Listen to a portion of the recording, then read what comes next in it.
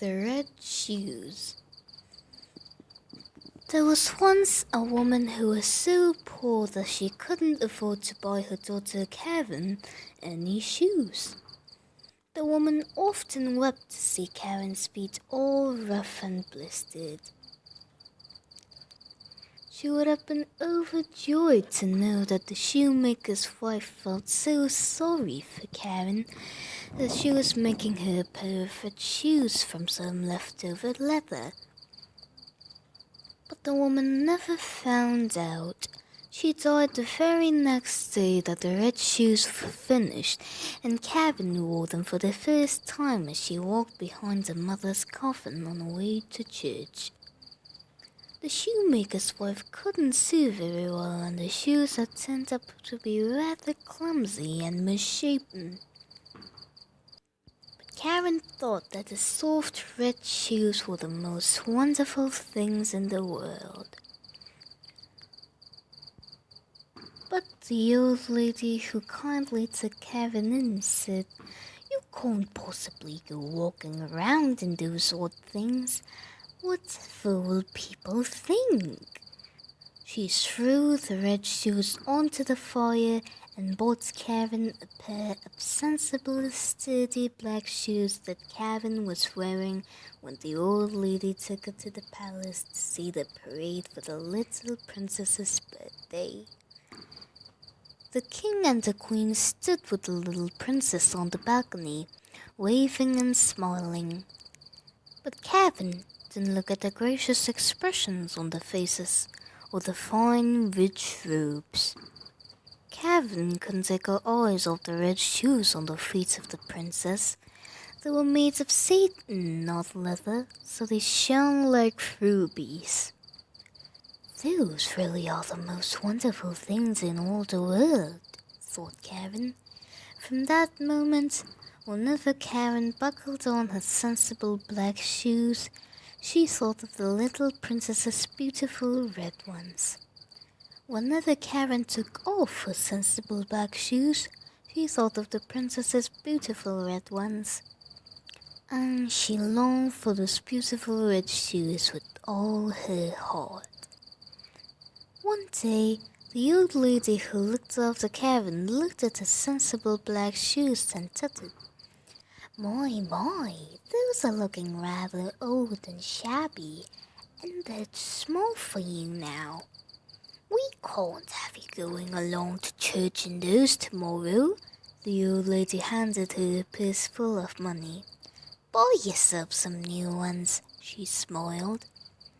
Karen walked all the way to the shoe shop with a thumping heart. First, she tried on some sensible, sturdy black shoes, but none fit her. Then she tried on some smart, lace-up brown shoes, but they either slopped up and down or cramped her toes. Then Karen peered up the high shelf and saw a red pair exactly like the ones the little princess had worn. They fitted her perfectly. Karen held her breath as she handed over her money and stepped out of the shop. Her feet gleamed and twinkled in the sunlight. She could hardly believe it. Her dream had come true. Karen knew full well that the old lady wouldn't approve at all of her choice. But luckily for her, the old lady's eyesight wasn't what it was, and the color of the Karen's new shoes was just a dark blue.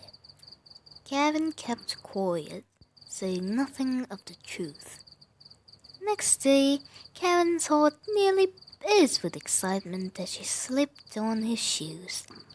She tripped gaily to church, and even though there were many finely dressed people about, she had eyes for no one and nothing except the red shoes. She hoped that everyone would see them. Even as Karen sat in her church pew, she couldn't take her eyes off her red shoes. Even when the priest was praying, she couldn't take her eyes off her red shoes. Even when the organist began to strike up a hymn of praise, she couldn't take her eyes off her red shoes. The statues of the angels and saints seemed to frown down sternly upon her, but Karen didn't notice. She still couldn't take her eyes off the red shoes. As the chorus started to sing and the voices filled the air, Karen felt a strange sensation in her feet. Her toes began to twitch inside the red satin. Her heels began to quiver. Suddenly, Karen's feet began to dance. Right there and then in church, her red shoes forced her to stand up and leap and turn and skip. With the eyes of everyone upon her, the red shoes danced down the aisle and out into the sunlight. "Help me!" she cried, but no one knew what to do.